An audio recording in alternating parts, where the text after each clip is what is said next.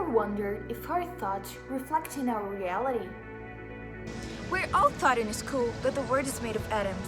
Atoms make up molecules, molecules make up materials, and everything is made of that. But atoms actually are mostly empty.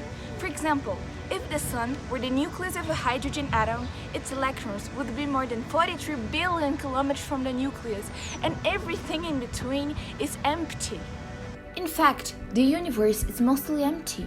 However, when we go down in scale, we found a fundamental level of space-time geometry called the Planck Scale, where there is information and pattern, the fabric of the universe, storing information since the Big Bang. So, our feelings and thoughts are waves and information stored in the universe. So how can our feelings reflect in our reality? Let's see the double-slit experiment. When we throw particles like balls of Play-Doh, we see a pattern on the back wall, and if we throw the balls with two slits, we get two bands of heat.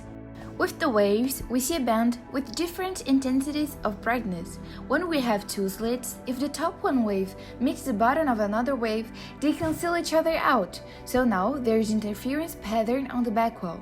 Places where the two tops meet are the highest intensity. Good so far.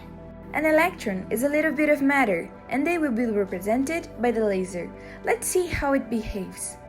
What is happening? We fire the electrons, tiny bits of matter through, but we get a pattern like waves, not like a Play-Doh balls. How could pieces of matter create an interference pattern like a wave?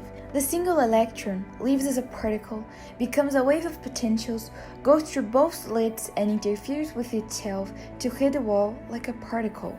So, physicists decided to put a measuring device by one slit to see which one it went through. But the quantum universe is much more mysterious than we think. When they observed, the electron produced a pattern of two bands, not an interference pattern of waves. The very act of measuring or observing meant it only went through one. The electron decided to act differently, as thought it was aware it was being watched.